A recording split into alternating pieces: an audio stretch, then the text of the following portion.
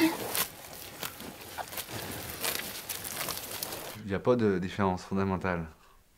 Il n'y en a pas. Enfin, tu vois bien, tu ouvres une vache, tu ouvres un cochon, et tu m'ouvres moi. Hein. Et puis ben, nous qu'est-ce qu'on fait voilà, on vit en société, on n'appelle pas ça troupeau, société, mais la vache, on pourrait appeler ça la société de vaches. Bon, c'est un troupeau. Oui, il y en avait une. C'était un peu... comment il l'appelait? Je me souviens plus. Bah, elle s'appelle Auvergne. En fait, on l'appelait la vache à bonne femme. Elle était bonne à rien, quoi. Je me demande si je ferais pas limite qu'on se barre, en fait. Non, c'est bon, on reprend sa vie comme avant. Ah, ça, c'est une vache que j'ai aimée. Et la dernière, qui est encore là, que vous avez dû voir, elle s'appelle Bruyère, elle a 27,87. Ça vous dit rien? Je m'appelle Marilyn, 30 ans.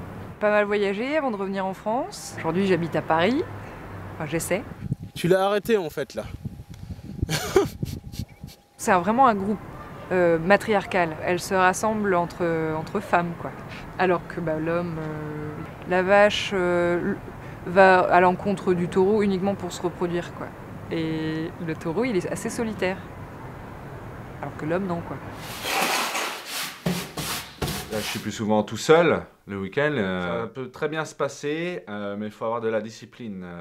Il faut faire l'effort d'aller vers l'extérieur. Puis c'est vital, quoi, même pour la ferme. Il faut bien voir voilà, tout ce qui se passe et puis échanger. Quand les paysans travaillent entre eux, c'est finalement parce qu'ils n'ont pas le choix. On sait voir des amis et en fait c'était plutôt des collègues. Les paysans entre eux sont plus des collègues de travail.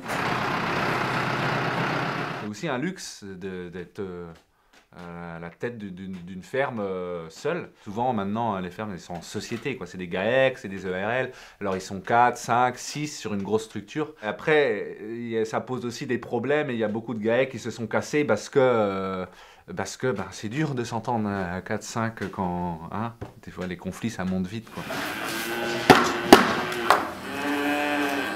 On appelle des vies de baston. Alors il y a une entraide qui est là, hein. Quand tu as besoin, ils sont là, ils sont présents. Mais plus il y a de machines et moins ils ont besoin. Donc maintenant chacun reste un peu chez lui. Donc voilà, est-ce que l'humain est un animal grégaire? Allez.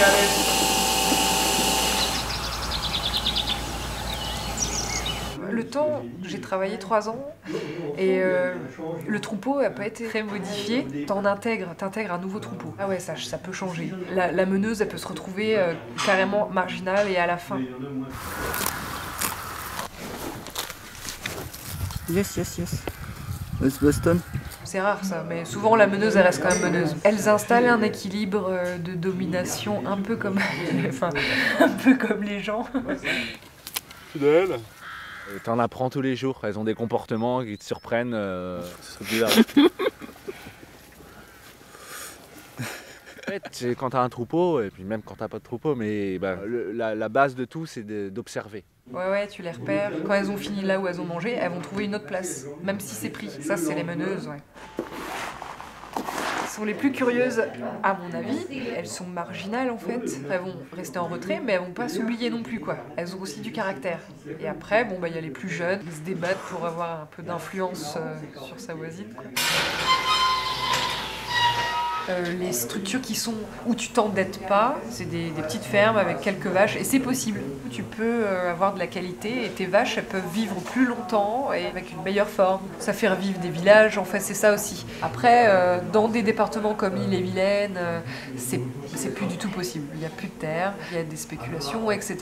Et... Bon, 30 vaches, machin, tu peux, voilà, t'es bien équipé, tu pourras en avoir 50 et machin. Non, ce sera de non seulement ne pas m'agrandir, mais en plus faire vivre plus que moi. Faire vivre un autre gars, 2, 3, 4, 5, 6. C'est possible sur 50 hectares. Il y en a qui y arrivent. Et les oiseaux rentraient. Wouhou, cool. Mais avec les baraques, il descend bien.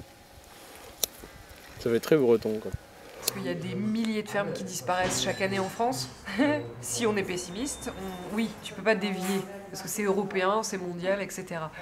Mais il y a des choses différentes. Enfin, il y a des... Ah si, elle se refrotte.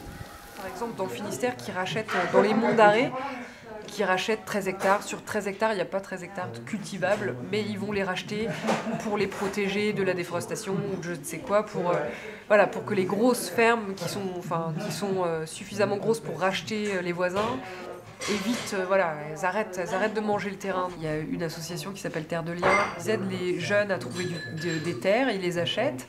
Et du coup, les agriculteurs, les jeunes agriculteurs, ils peuvent s'installer. Il y a des choses nouvelles qui sont créées grâce ou à cause de du système de spéculation sur les terres. Allez, branleuse, allez,